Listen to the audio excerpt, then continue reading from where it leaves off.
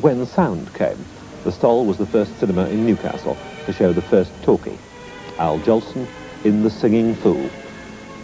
When there are grey skies, I don't mind the grey skies. You make them blue, sunny boy. When he held the little boy. That's correct, that's the one. And his hand. He sang Sunny Boy. And he sang Sunny Boy. I screamed and cried. Beside the chair. You had the chair there. It still sticks in my mind. The boy was dying. The boy was dying. The boy was dying. That's what made my tears. So he was sat up at the very top. There was forms around the top, just wooden boards just sat on. Very top floor there. Well, look, June, my grandfather, old Ned Harrison, the old blacksmith for the tune, he put his specs on to hear it. He says, will you put your specs on? Oh, Granda. He says, so I can hear it. And he couldn't get over it. He says, there's somebody behind there shouting. And I thought there was somebody behind the screen shouting. That was the old stall. But 1929. We walked along the back stalls and all we got was, we stopped dead, you know, in our tracks. Because it was so absolutely out of this world, you know. And everybody was the same because the usherettes had to shove everybody along with the torches, you know. Get along, because they were stuck there, you know, mouths gaping. I used to sell me a seat, stand in a queue in Thornton Street and sell me seat, me turn for tuppence. You know, take a turn, move up, and if anybody came up, a couple. And I was just a lad, around about 1920.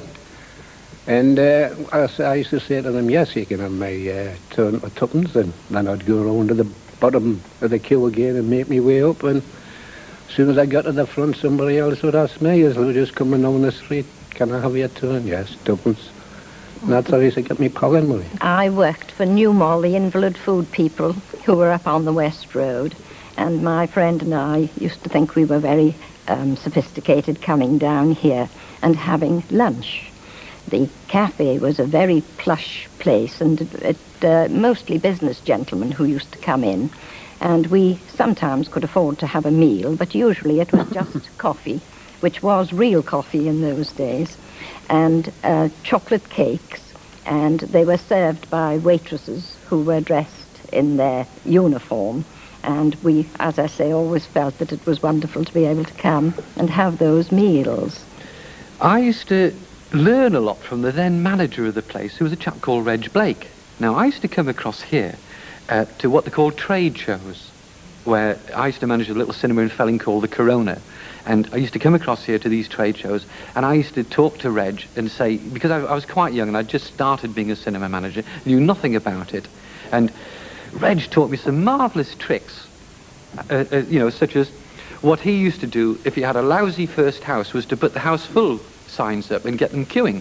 So he had a lousy first house, but he was assured of a full second house.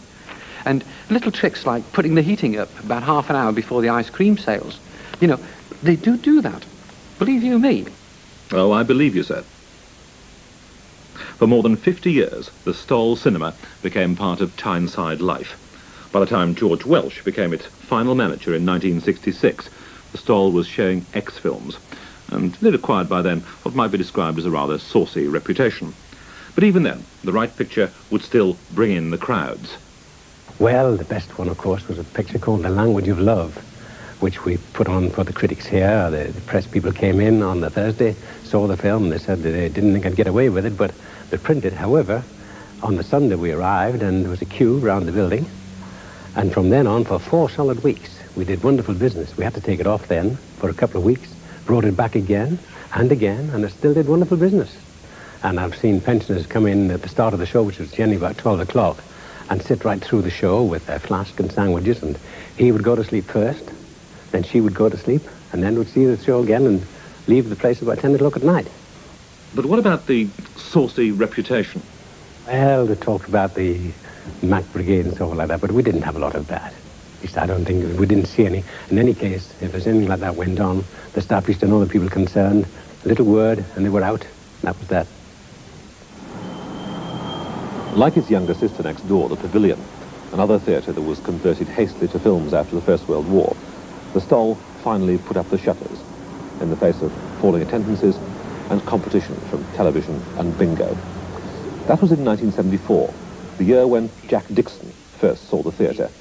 Now, the first thing I want to just show people is the original first scene, so we'll pass that round and let Marty have a look at it.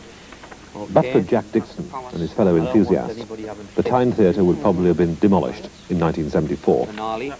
But the publicity he aroused then made theatre historians realise that the dingy cellar of the stall was an Aladdin's cave of theatre gems. It became a listed building. Now no one can pull it down. For a peppercorn rent, the Stole Circuit let the building to the specially formed New Tyne Theatre Trust, a bunch of amateurs who no one really took seriously to begin with, but who at the end of last year went with a cheque in their pocket to the offices of the Stoll Picture Corporation and bought the whole site, pubs, offices, Chinese restaurant and all. All of it's been done with voluntary labour, and there are a lot of people in the theatre, a band, who have put Saturdays, Sundays, every night of the week scrubbing the place. And I think it's their theatre, you know, and I think the theatre, the way it looks now, is a tribute to them. And they call us amateurs, but basically we're the most professional theatre renovator runners in the country, because I don't know anyone else that's done that. But will it ever go beyond being just an amateur theatre? I mean, will it become a sort of national resource theatre, which you would think that something that, with that historic importance, might become? I think it should be. I think once it's nationally known. People visit this theatre in Sweden, which is a nationally, internationally known theatre, and I think we've got more to offer here. We've got a working, live theatre. It's not a museum. It works. What do you envisage this place will be like in 10 or 15 years' time? Well, I think it'll be a viable theatre, either professionally, with professional staff, more than we have now. We've got 6 now. We'll have more professional staff. It'll be a complex with flats that we can rent off to visiting actors, and they're always looking for digs rather than hotels. It'll have 6 shops, the Chinese restaurants in the block. It'll have a disco pub, it'll have an ordinary pub, and it's got a club in the gallery. Now, they are all viable businesses, and they earn money that allows this vast auditorium. And they are the big holes in any local authority's pocket. The auditorium, the theatre, costs a lot of money to run. We are just building up support industries around the theatre, and this will make the theatre viable and allow it to go on forever. That's the secret, is to get other businesses to support this business. But in the meantime, there's this business to attend to, the real business of theatre, the staging of Aladdin 1981. From the laundry, we've got to go to outside the cave, to inside the cave, to the cave of 1,000 jewels. Now, some curious attraction brings all these people together, all amateurs, all working in their spare time. And somehow the stage crew are going to have to make that transformation scene work, to fly the woodland and raise the cave, just as the Edwardians did on this very stage back in 1906. He's gone. The cave is dark and dingy, and of course, I'm feeling stingy. When Aladdin rings the lamp, I leave her down there in the dark. So once again, Aladdin finds himself in the cave of 1,000,000 jewels, where he was 75 years ago in this very theatre.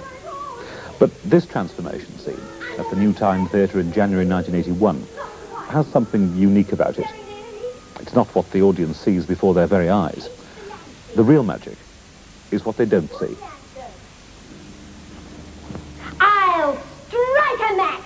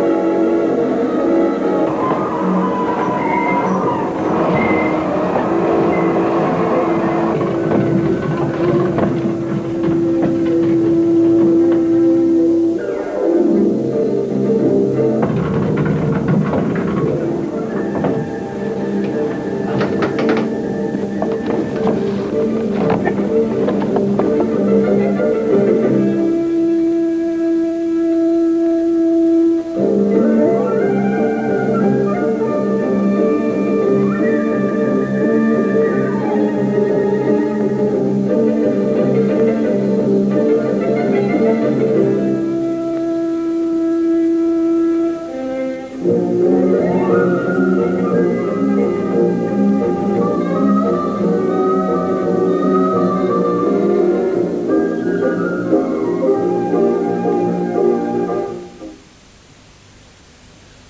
Eric Robson returns next week with a new series of the popular BBC North East programme Heroes, and his first guest in the first programme is Brendan Foster. That's next Tuesday at 6:45 on BBC1.